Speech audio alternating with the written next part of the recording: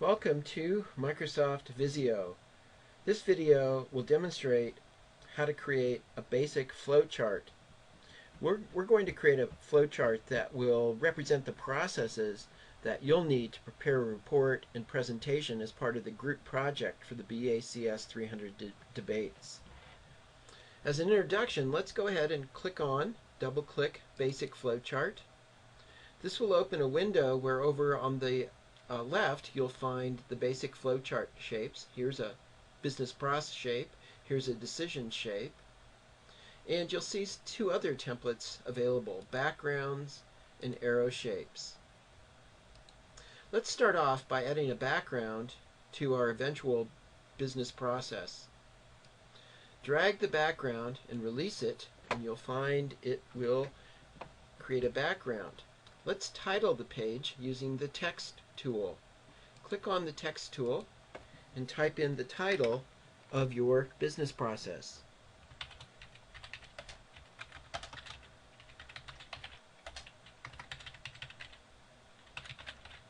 Go ahead and add your name to the title.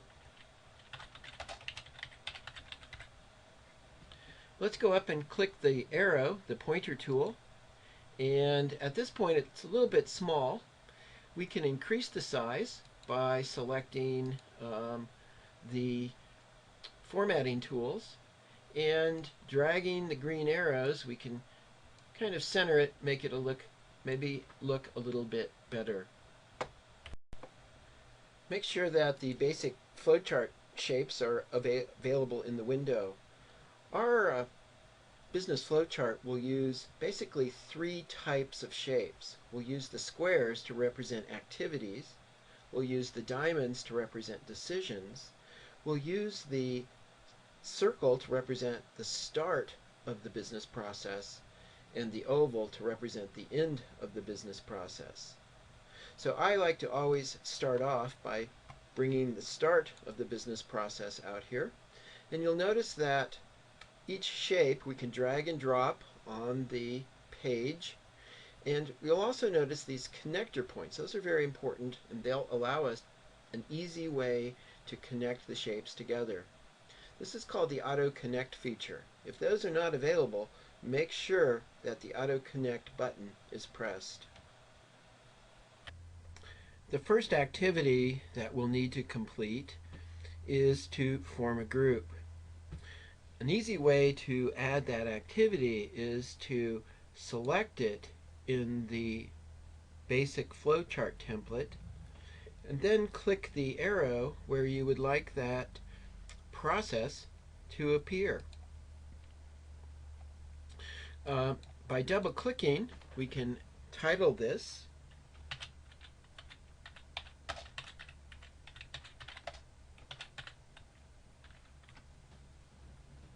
and we've created our first business process, our first activity in our group research project.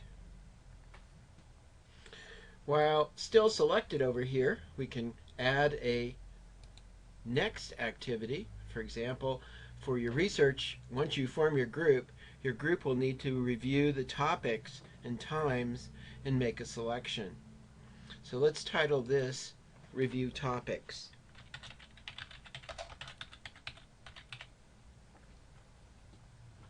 At this point, you'll need to make a decision on the topic that you select. So let's use a decision node. Again, selecting the decision node and clicking the arrow will provide a link to that. So let's say that you need to decide if you have a favorite topic and time that you'd like to present.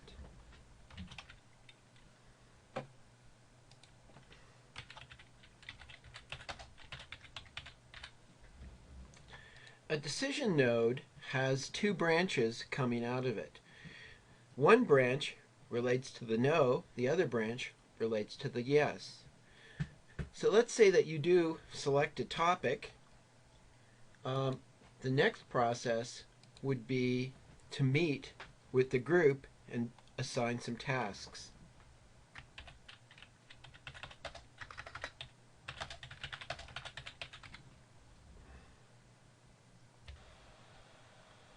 Remember that a decision node always has two branches. The other branch would correspond, for example, if you couldn't decide on a topic or you needed to wait a while before the group selected a topic. So let's add the no branch to that where you haven't selected a topic. We'll select the shape and put the no branch over here. And at this point, maybe the process is just to wait and monitor the sign-up sheet until you decide.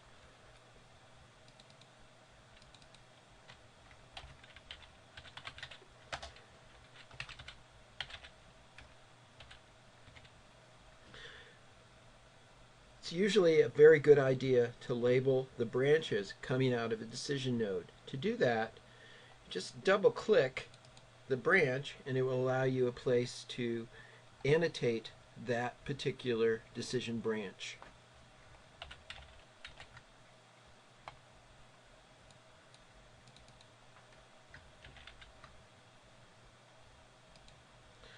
For the no, we would probably need to go back and forth until we selected our topic. So let's change the arrow to a double-sided arrow to indicate that this is we're waiting to make our decision. Again, click the arrow and turn it into a double-headed arrow. Again, you can always rearrange things on the page. Well, let's continue, assuming that we get out of this branch and meet with our group. Maybe at that point we would figure out who will do what on the research project. So at this point we could assign tasks.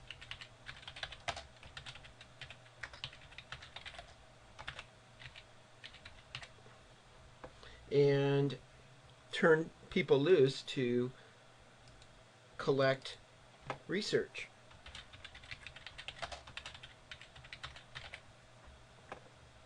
At some point, hopefully, we'll be done with our research.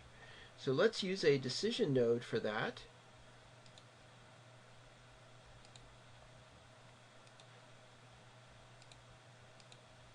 And we'll decide whether our research is complete.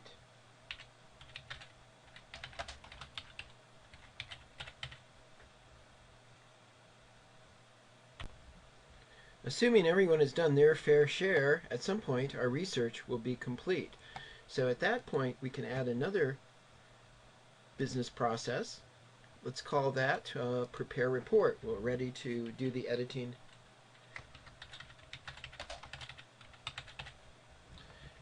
After we prepare the report, we need to get ready for the debate so we can prepare our PowerPoint.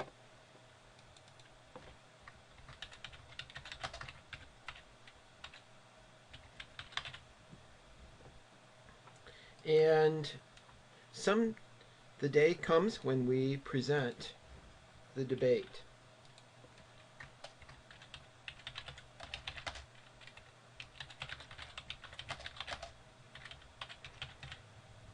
At that point, we're done. So let's add a termination node to our business process diagram. Remember that there are two branches coming out of every decision node. So we know what this one is. Our research is complete. But what if our research isn't complete? We'll have to continue to collect research. We can use another way of connecting nodes using the connector tool. By clicking the connector tool, we can drag a line up from our decision node back to collect research.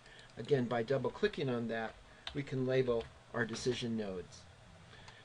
Things to worry about in your process diagram: make sure you have a starting node, make sure you have an ending node, make sure that your decision nodes have two branches coming out of each of them.